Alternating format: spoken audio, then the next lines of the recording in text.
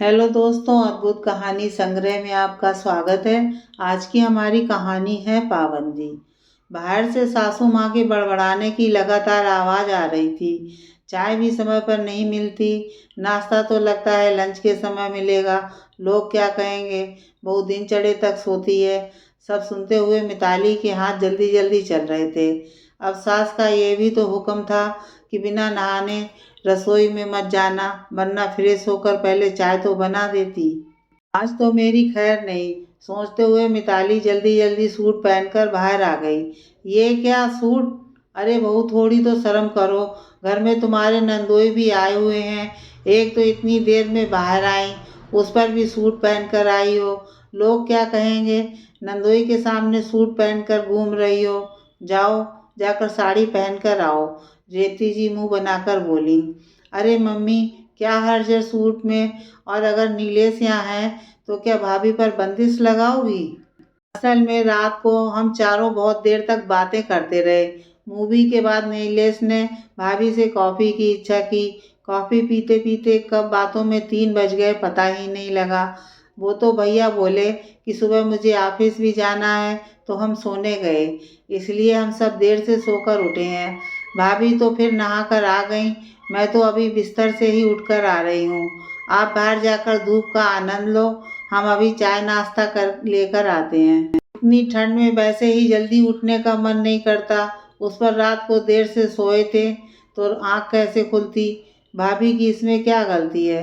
माँ की आवाज़ सुनकर प्रिया कमरे से निकल आई, जो कल ही अपने पति के साथ 2-3 दिन के लिए मायके आई थी। तू चाय नाश्ता बनाएगी तो बहू क्या तेरी शक्ल देखेगी? तू भी बाहर धूप में चल। बेटी की बात सुनकर रेवती जी बात बदल कर बोली। मम्मी, अब देर हुई है तो दोनों मिलकर ही करेंगे तो जल्दी काम हो जाएगा, वरना फिर आप कहोगी कि लंच के समय नाश्ता मिल रहा है। प्रिया ने अपने पति नीलेश को इशारा किया तो वो रेवती जी को बाहर ले गए। आइए मम्मी जी, हम दोनों बाहर चलते हैं। इन ननद भाभी के बीच हम क्यों बोलें? रेवती जी मुंह बनाती हुई बाहर चली गईं। उनके जाने पर मिताली ने राहत की सांस ली। शुक्र है दीदी, आपने बचा लिया, वरना आज तो कोर्ट मार्शल हो जाता। चलिए, आप तैयार हो जाइए, मैं जल्दी से नाश्ता बना दूं। आपके भैया का भी टिफ़िन पैक करना है। अरे चिल करो भाभी, मम्मी उम्र में बड़ी हैं।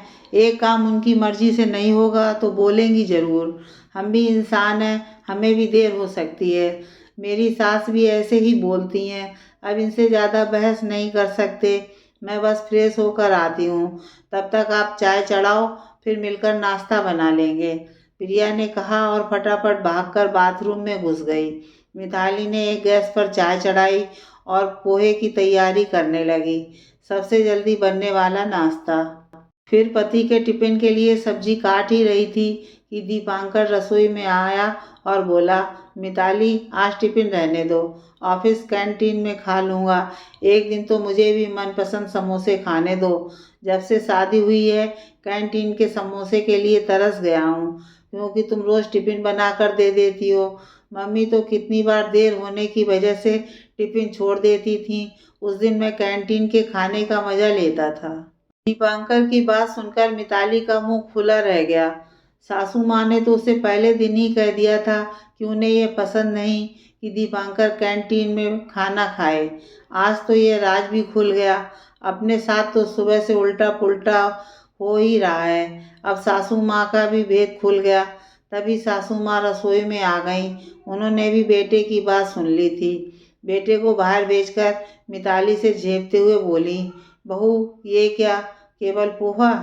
सबके पेट में चूहे दौड़ रहे हैं और तुम पोहा खिलाओगी? अरे नंदोई के लिए कचौड़ी ही बना लेती। तब तक प्रिया भी रसोई में आ गई थी। मम्मी, आप अपने दामाद के साथ बैठो, मैं और भाभी मिलकर आलू कचौड़ी भी बना लेंगे। प्रिया, तुम इसके फेवर में ज़्यादा मत बोलो, इसका दिमाग खराब हो जाएगा।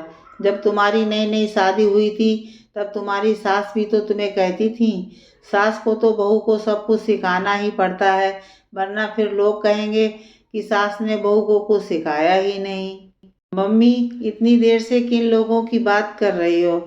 मुझे तो यहाँ कोई लोग नहीं दिख रहे हैं।